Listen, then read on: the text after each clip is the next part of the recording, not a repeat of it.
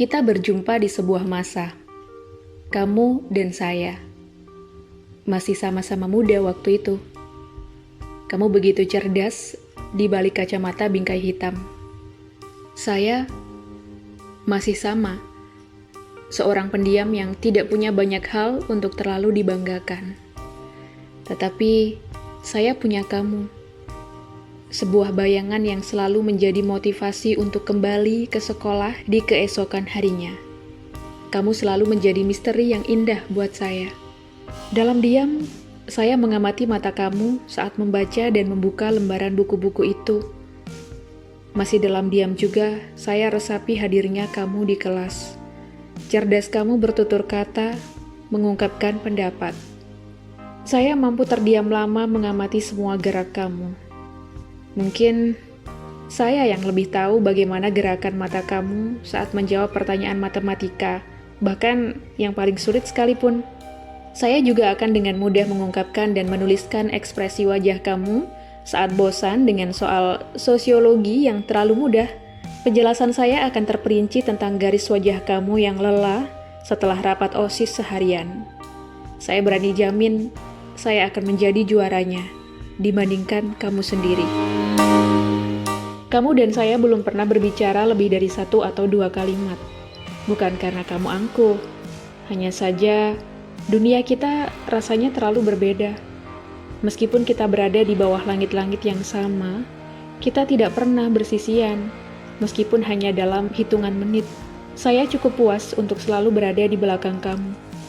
Pembicaraan terlama kita biasanya terjadi sebulan sekali, saat saya menagih uang kas bulanan kelas kita.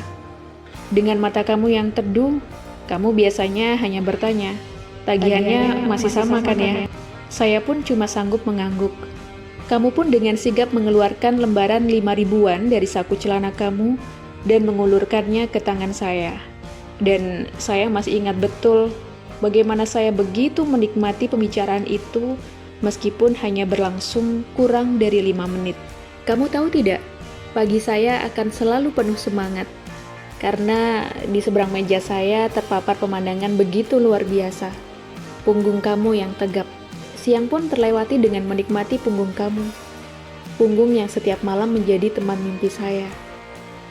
Sore dan malam ingin saya lalui cepat, karena pagi selalu memberikan harapan yang selalu baru, yakni bertemu kamu. Tahun pertama, tahun kedua, sampai tahun ketiga. Semua terjalani dalam rasa saya yang semakin mendalam. Rasa yang awalnya indah, namun lama-kelamaan seperti mengambil habis oksigen saya. Mungkin seharusnya saya tidak pernah membiarkan rasa ini tumbuh sejak awal. Setidaknya itu kata Triska, satu-satunya teman saya sejak masuk sekolah ini. Triska yang sudah lebih dari cukup melihat bagaimana saya hanya menikmati bayangan kamu dalam diam. Tetapi, kalau boleh jujur, saya tidak pernah menyesal bahwa saya pernah mengenal kamu dan menjadi pengagum rahasia. Saya hanya menyesal kenapa selama 3 tahun perkenalan kita, tidak ada satu waktu pun yang saya pilih untuk mengungkapkan rasa ini kepada kamu. Dan itu bukan karena kesempatannya tidak pernah datang, melainkan lidah saya selalu keluh jika kamu berada di depan saya. Bahkan untuk menjawab pertanyaan yang sama selama 3 tahun saja, lidah saya masih selalu keluh. Mungkin kamu demikian baiknya sehingga saat saya datang menagih uang kas bulanan kelas kita, kamu selalu menyempatkan untuk berbicara pada saya. Saya yang dijuluki sebagai patung es di seantero sekolah. Kamu memang tidak sama dengan kebanyakan anak-anak laki-laki di sekolah. Kamu selalu ramah dengan takaran yang pas. Saya selalu mengamati kamu kalau sedang berdiskusi dengan Meita, si anak jenius yang level kecerdasannya sama dengan kamu. Mata kamu bisa sedemikian cerdas. Di lain waktu, saya juga tidak lepas mengamati kamu yang bisa demikian hangat berbicara dengan ibu kantin. Buat saya, kamu selalu menjadi lelaki tersempurna. Seluruh raga dan jiwa saya ingin merengkuh kamu.